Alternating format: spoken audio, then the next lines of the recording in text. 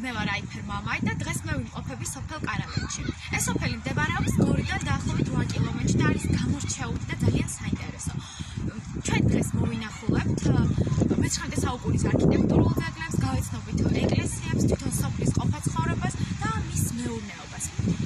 ეს არის ერთ-ერთი უბანი, რომელიც არის ძალიან დიდი და ეწოდება წმინდა გიორგის სახელობის უბანი.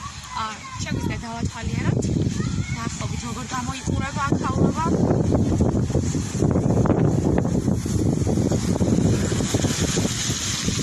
ეს სოფელი იყო ძალიან მნიშვნელოვანი სტრატეგიული პოლიტიკურად დატვირთული ადგილი. აქ იკრიბებოდნენ ჩვენი მეფეები და წყვეტდნენ სხვადასხვა საკითხს. დავით აღმაშენებელი, თამარ მეფე, გიორგი მესამე, რუსუდანი, ყველა ეს მეფე ამ ისტორიულ ადგილას არის მოხსენიებული. როგორც ისტორიული ფაქტები მოწმობს, ამ სოფელს ერქვა ნაჭარმაგევი და შემდგომ მეფეები უწოდებდნენ კარს გარეთ რეზიდენციას. კარს გარეთ, იმიტომ რომ საკუთარი რეზიდენციებიდან მოდიოდნენ აქ და აქედან ეწოდა კარს გარეთი და შემდგომ უკვე კარალეთის სახელწოდებასაც იღებს ეს სოფელი. ჩვენ კი ახლა ვიმყოფებით ძალიან მნიშვნელოვან ადგილას, ერისთავების სასახლის გარე ტერიტორიაზე. ჩვენ შეგვიძლია დავინახოთ, რომ მთლიანი კარალეთის აი ეს ტერიტორია არის ვაკეზე განაშენიანებული და ხოდა ეს ადგილი არის განსაკუთრებული, არის ბორცვი და არის ხელოვნურად შექმნილი. იმიტომ რომ ამით ერისთავები საკუთარ დომინირებას აცნობდნენ სოფელს, ესენი იყვნენ გამორჩეული დიდგვაროვანი ფეოდალები და სოფლის მთავრები. და აი ამ გორაკის მეშვეობით, ჩვენ ხედავთ გორაკს. გორაკის მეშვეობით შენობიდან უფრო მარტივი იყო ამ პეიზაჟების დანახვა აქვთ და ისინი გადმოხურებდნენ მთლიან სოფელს. ჩვენ შეგვიძლია ვნახოთ, როგორ გამოიყურება ერისთავების მიმდებარე ტერიტორია ახლა.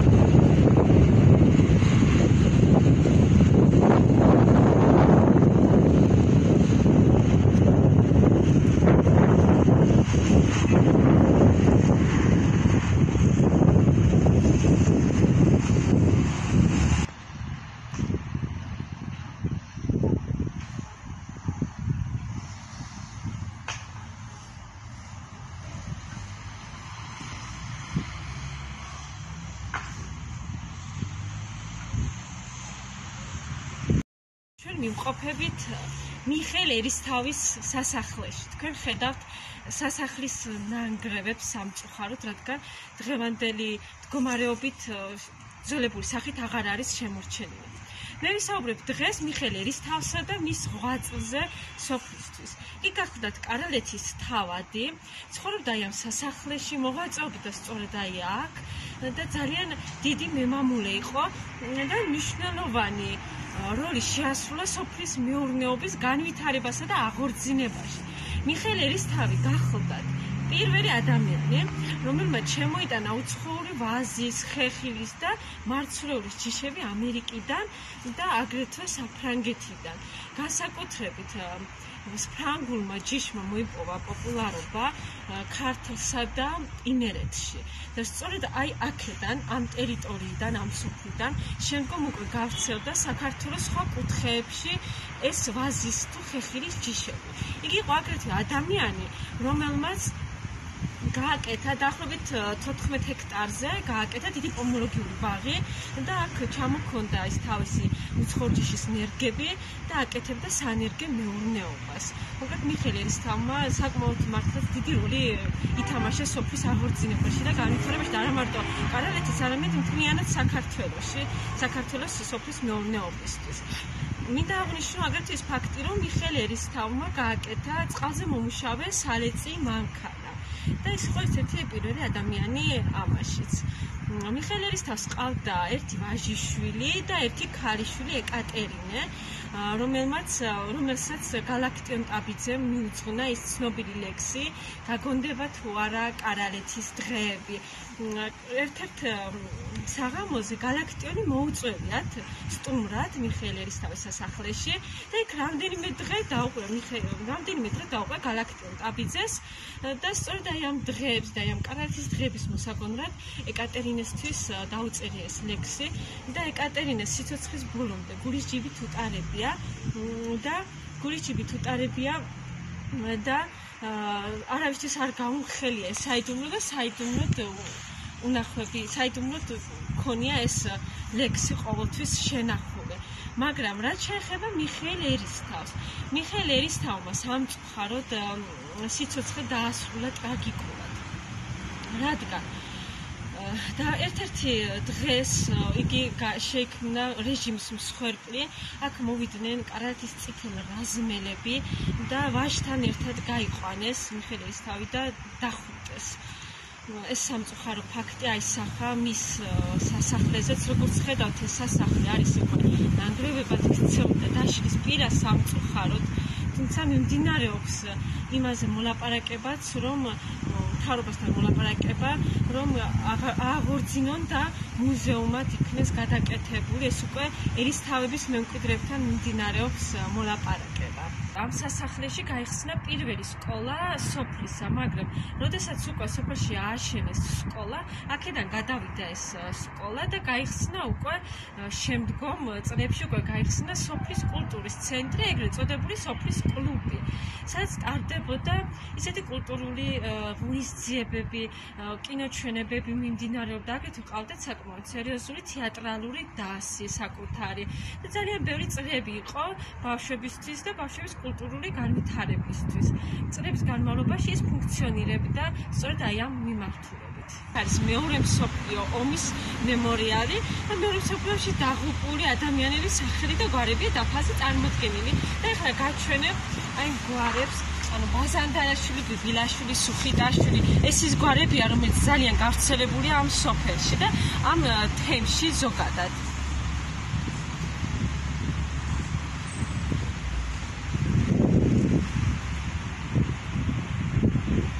მემორიალის წინ არის ესეთი შენობა, რომელიც ესეც საკმაოდ უძველესი შენობა არის. საბჭოთა კავშირის დროს წარმოადგენდა სოფლის მეურნეობის ადმინისტრაციულ შენობას და საკმაოდ მნიშვნელოვანი საკითხები წყდებოდა აქ.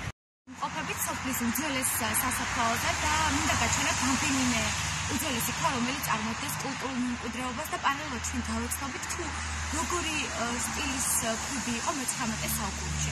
თუ შეიძლება ახლოდან დავაფიქსიროთ. ქვაზე არის გამოსახული ქალბატონი, ჩვენ ამას ხვდებით წარწერიდან, ქვემოთ დაწერია რომ არის ასული. რაც შეეხება თარიღს, არის 1868 წლის. შეგვიძლია ეს დავაფიქსიროთ. ხედავთ ფიგურას, რომელიც არის ძალიან პრიმიტიული სტილით შესრულებული, უბრალოდ ხდება ასე ვთქვათ ფიქსაცია.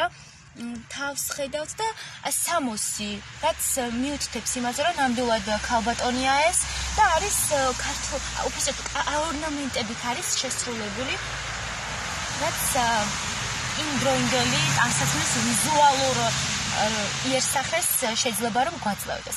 რაც შეეხება აი ამ ფას, შეგვიძლია ახაც ნახოთ სხვადასხვა სტილის ორნამენტებია გამოსახული. ძალიან საინტერესო და ძალიან ლამაზი. თითქოს რაღაცა შენობის ორნამენტებს იმეორებს, უბრალოდ შენობის არქიტექტურულ დეტალებს. გვერდზე ჩვენ ხედავთ ქართულ წარწერებს. გარდა ამისა, შეგვიძლია ეს გვერდზე მყოფი ქვებით დავაფიქსიროთ. მსგავსი ტიპის ორნამენტები აქვს ამ ქვასაც და არის ძალიან საინტერესო. ახლა გადმოვინაცვლოთ ძალიან უცნაურ და განსხვავებულ ქვასთან, ყველაზე განსხვავებული და ყველაზე საინტერესო შეიძლება ესეც თქვა. შეიძლება ეს ორნამენტები ვიზუალი კარგად ვაჩვენოთ. და ყველაზე საინტერესო ის არის, რომ ძალიან დიდი შრომაა ამ ყველაფერში ჩადებული და ძალიან საინტერესო და ისტორიულად გამოიყურება. ამ სასაფლაოზე აუცილებლად შეხვდებით ძალიან საინტერესო ქვებს და ძალიან საინტერესო ისტორიას. ერთ-ერთი არის ეს უძველესი ქვა, რომელიც არის მე-19 საუკუნეში შესრულებული. ჩვენ ხედავთ ჯვარს, რომელიც არის ქრისტიანობისა და ჩვენი რელიგიის სიმბოლო და აქ განისვენებს თიბათვეს გარდაცვლილი ანდრია ბიბილაშვილი. ეს გვარი არის ერთ-ერთი გავრცელებული სხვათა შორის კარაგეთში. ჩვენ ახლა გადმოვინაცვლეთ ფეოდალური ხანის ტაძართან, რომელიც რა თქმა უნდა რესტავრირებული ასეთი სახით მოაღწევდა ჩვენამდე, არის ღვთისმშობლის სახელობის და მინდა რომ შიგნიდან დავათვალიეროთ თუ როგორ გამოიყურება. არის დარბაზოვანი სტილის, აქაც ხედავთ ისევ ქვებს, რომელიც მე-19 საუკუნისთვის არის დამახასიათებელი, ასე ვთქვათ რაღაც სიმბოლური.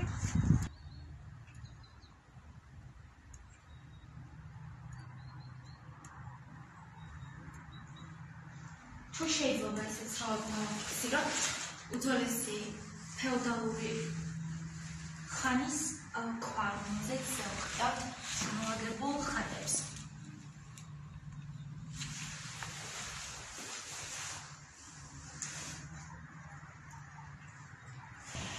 აუცილებლად უნდა მოგიყვეთ ქალბატონი ლიას შესახებ, რომელმაც ძალიან დიდი წვლილი შეიტანა ამ სოფლის განვითარებაში, იმ თვალსაზრისით, რომ ყველაფერს უფრთხილდება, რაც კი არსებობს, აი აქ.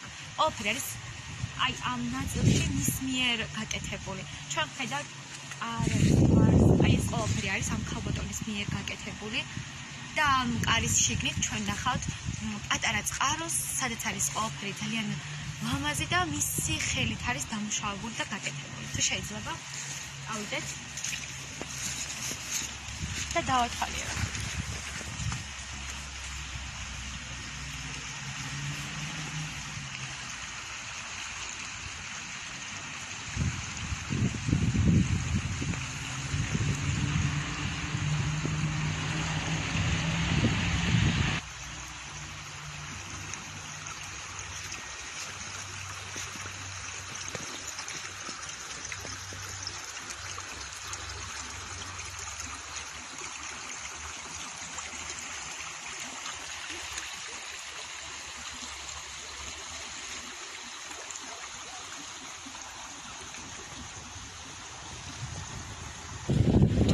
რომელიც არის წმინდა ნინოს ჯვრის მსგავსი, ასე ვთქვათ, და ძალიან სიმბოლურია ესეც, რა თქმა უნდა. სიმბოლო მართლმადიდებლობის, სიმბოლო ქრისტიანობის და ის სიმბოლო, რაზეც ძალიან დიდი დატვირთვა მოდის ქრისტიანულ სამყაროში. წმინდა გიორგის ტაძრის ეზოში სოფელ კარალეთში და დღეს მე ვისაუბრებ წმინდა გიორგის კულტსა და სოფლის წეს-ჩვეულებებსა და ტრადიციებზე.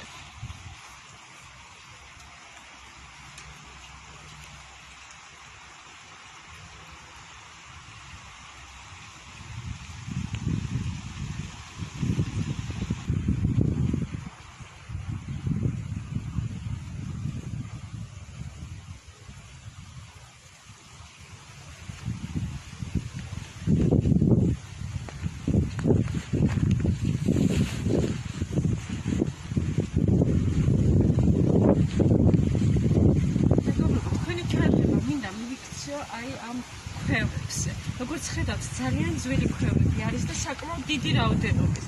აგრეთვე სამწუხაროდ ხლა წვიმისგან და ქარისგან არის დაშლილი, მაგრამ აქ აკუნებიც იყო ხოლმე და რამდენიმე ნაწილიღა დარჩენილი. არსებობდა ესეთი ტრადიცია სოფელში.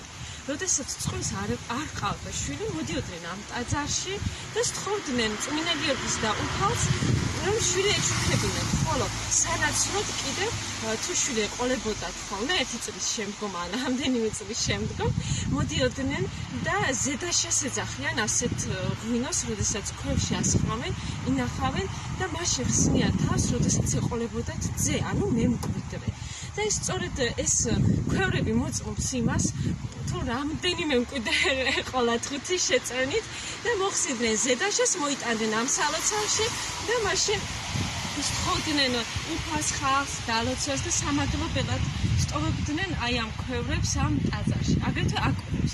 აკვრებით ზუსტად იგივე დანიშნულებით იყო. ერთადერთი განსხვავება ისაა, რომ ვაჟის შემთხვევაში სტოვებდნენ ქვევრს, ხოლო აკვანს სტოვებდნენ ქალიშვილის შემთხვევაში. აი შეგიძლია ნახოთ, ძალიან ძველი ქვევრებია შემორჩენილი და ეს ტრადიცია დღემდე არსებობს სხვათა შორის სოფელ კარალეთში.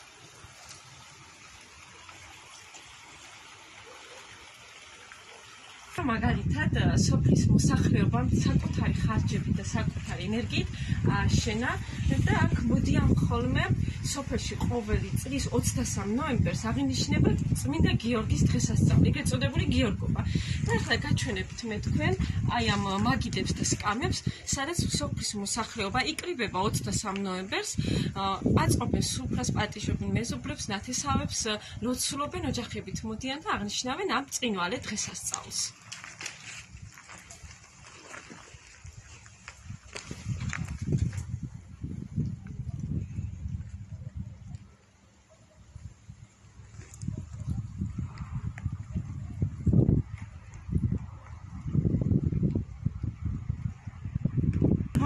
მეგობრებო, ახლა გადმოვინაცვლეთ ტაძრის უკანა მხარე, სადაც როგორც ხედავთ, უძველესი ხეები არის, ჭალები არის, ძალიან ბევრი კარალეთში და წყალუხვი სოფელი გვაქვს და ეს წყალები, რომელიც მუდმივად მოდის, არის წყაროს წყლებით და ბუნებრივი ნატურალური წყლები.